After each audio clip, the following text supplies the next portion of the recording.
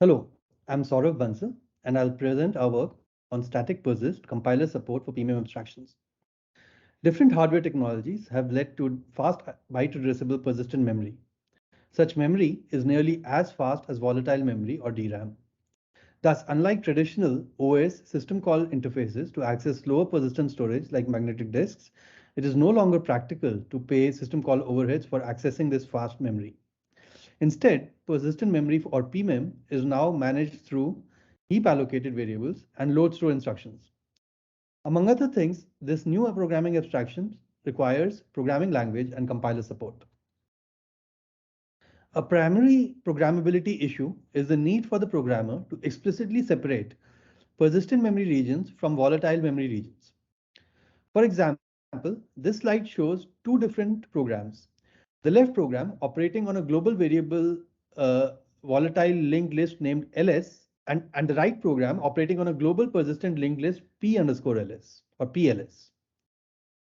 While the insert function in the left program uses the new or malloc operator to allocate volatile memory regions, the right program's p_insert uses a special pnew or pmalloc operator to allocate persistent memory regions. Both insert and p_insert allocate a new list node object, initialize its value based on the I argument, and prepend it to the existing list by manipulating the next pointers. While the logic of the two programs is nearly identical, the presence of different memory allocation operators often necessitates distinct implementations for volatile and persistent data structures. When a program needs to maintain both persistent and volatile data structures simultaneously, the programmer is burdened with having to ensure complete separation of the two types of memory structures. In the presence of aliasing and complex control flows, this separation becomes cumbersome to ensure. A major problem relates to the possibility of dangling pointers from persistent objects to volatile memory. For example, consider what happens if the program that we discussed earlier calls the volatile insert method on the global persistent list p_ls. This is incorrect because this call would now add a volatile node to the persistent list p_ls.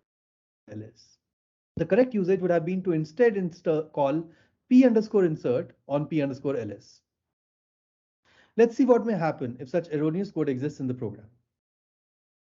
The global variable p_ls may point to a list of persistent nodes, except that now a new node allocated from volatile memory may exist in the middle of such a list, like this 0.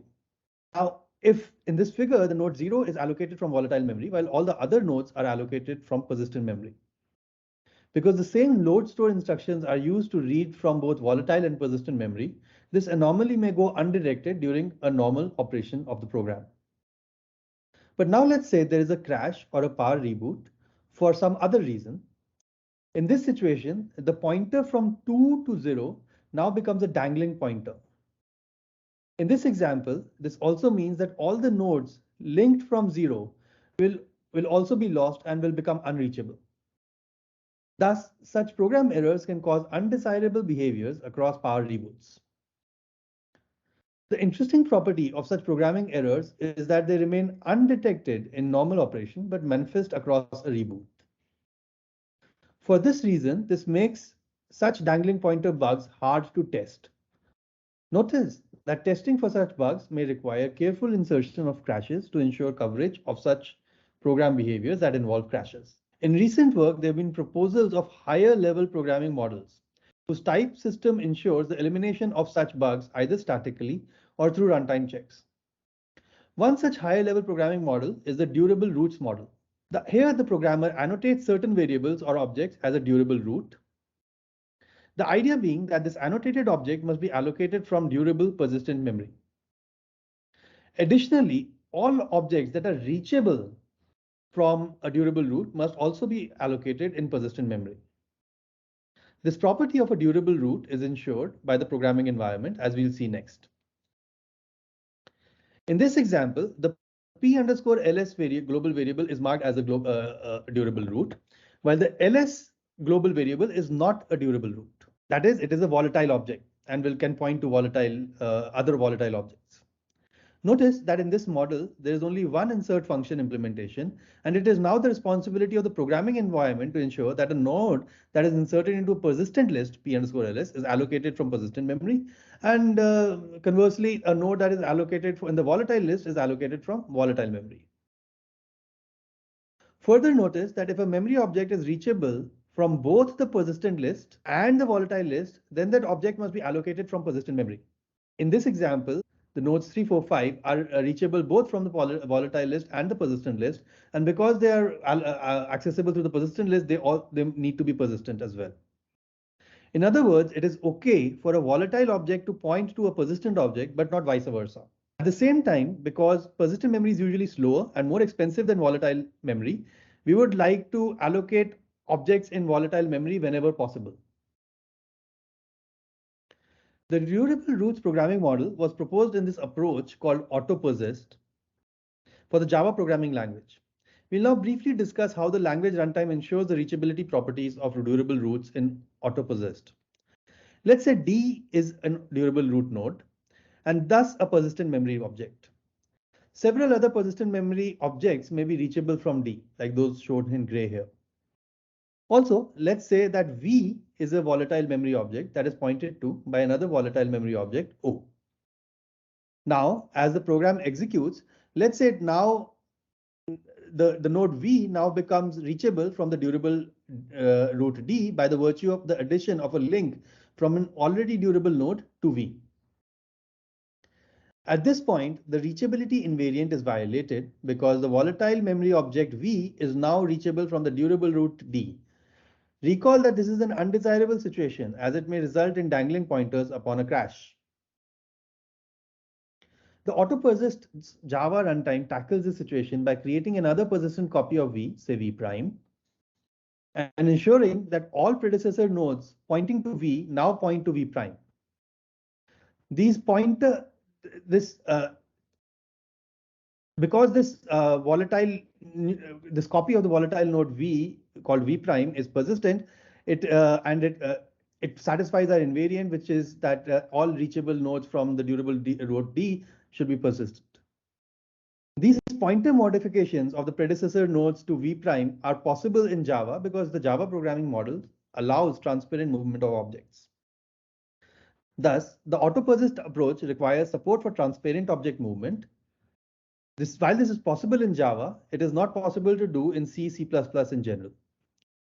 Further, this reachability tracking at runtime involves runtime overheads. In our work, we propose and develop a compile time analysis for reachability tracking.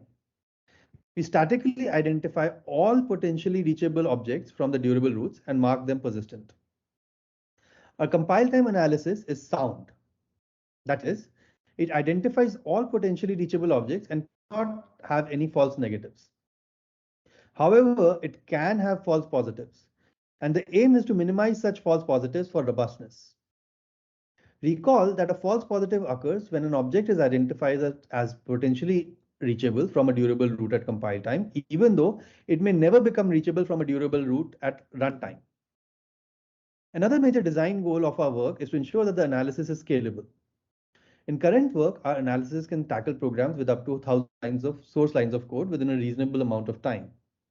To see static persist in action, consider the program where the object PMEM_F is marked as a durable root of type foo. Similarly, a volatile object F of the same type foo is allocated here. Both persistent PMEM_F and volatile F point to objects of type bar that are allocated in this body of the function callee. Thus, the bar object allocated in the callee can be pointed to by a volatile foo object F. Because of this statement f.child equals callee, F can now point to a volatile to a bar object. At the same time, it is possible for the bar object allocated in the callee to be pointed to by the persistent foo object PMEM_F by the virtue of this statement PMEM_F.child equals callee. StaticPersist tackles this situation by transforming the code as shown in bold purple. Depending on where the callee function is called, a Boolean persistent flag is passed to the callee. For example, here the persistent flag is initialized to false, while here it is initialized to true. Notice that the value of the persistent flag depends on the nature of the objects that can point to the objects allocated within the callee. For example, here the persistent flag is false because only volatile objects can point to this, the objects allocated by this callee. But on the second statement here, persistent objects can point to the callee, and that's the persistent flag is true. Further, within the callee, the persistent flag is checked to determine whether to allocate a volatile memory object or a persistent memory object. In this example, after addition of this code by StaticPersist, we have statically ensured that volatile objects are not reachable from the durable root PMEM. To achieve this result, in this example, the StaticPersist tool identifies two allocation stacks for the allocation of a bar object. The first allocation stack involves a call to the callee function at line 9 and an allocation statement new at line 4, indicated by this parenthesized expression line 9, line 4. This call stack has depth 2 because it has 2 entries. Similarly, the second call allocation stack involves a call to the callee function at line 10 and an allocation statement new at line 4. Again, this call stack has depth 2. Our compile time reachability analysis identifies that PMEM can never point to the objects of type 1 that is allocated at the call stack line 9, line 4, whereas it may point to objects of type 2 that is allocated at call stack line 10, line 4. This analysis can be used to annotate the calls with the persistent flag and choose the allocation operation, persistent or volatile, based on that. The static reachability analysis is implemented as an inter-procedural points-to analysis on the LLVM IR representation of the source program. The analysis first identifies all the calls to memory allocation routines, such as new or malloc. It then identifies their possible call stacks up to a maximum depth D. In our example, both the call stacks had a depth of 2, so a D of 2 would suffice. The points to information is initialized at the start of the main function, and a forward inter-procedural data flow analysis is executed. The details of our inter-procedural data flow analysis are available in the paper. This chart shows the results of running our static reachability analysis on a linked list program written in C. The x-axis shows the maximum call context depth that was used to identify the call stacks of the allocation statements. The y-axis shows the analysis time with increasing call context depth. At low call context depths, the analysis can be unimprecise. That is, it can have false positives, indicated by the red bar. However, at higher call context depths of greater than or equal to 1 in this example, the tool exhibits no false positives. Recall that a false positive is not a correctness problem, but a performance problem, because it just allocates more objects in persistent memory. So it cannot cause dangling pointers, but it causes unnecessarily persistent it may cause unnecessary persistent allocation. Here's another example of a binary search tree implemented in C++.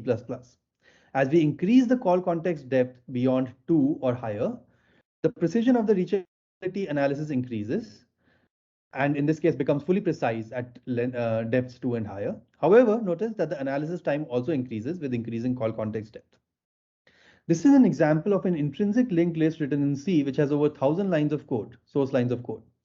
In this example, the analysis takes less than 80 seconds and produces precise results at call context depths of 3 and higher. In our paper, we discuss more results that demonstrate both the capabilities and limitations of such a static reachability analysis. In related work, there's prior work on compiler support for automatic checkpointing and restore. There are more high-level programming models, often for managed languages with runtime support like Java. In contrast, our work supports languages like C and C++ in StaticPersist. Prior work on formal verification in the presence of crashes is also relevant, though all such prior work has usually assumed system call interfaces for the slower persistent devices. The presence of fine-grained logic that can create and access persistent memory directly through hardware is much harder to verify. Finally, there exists rich literature on context-sensitive alias analysis and points to analysis that is relevant to make this compile time reachability analysis more precise and scalable that can be leveraged in this line of investigation. To conclude, we propose a compile time static analysis to distinguish volatile and persistent memory automatically. Early results demonstrate promise. More careful designs may balance precision and scalability more favorably in the future. Thank you.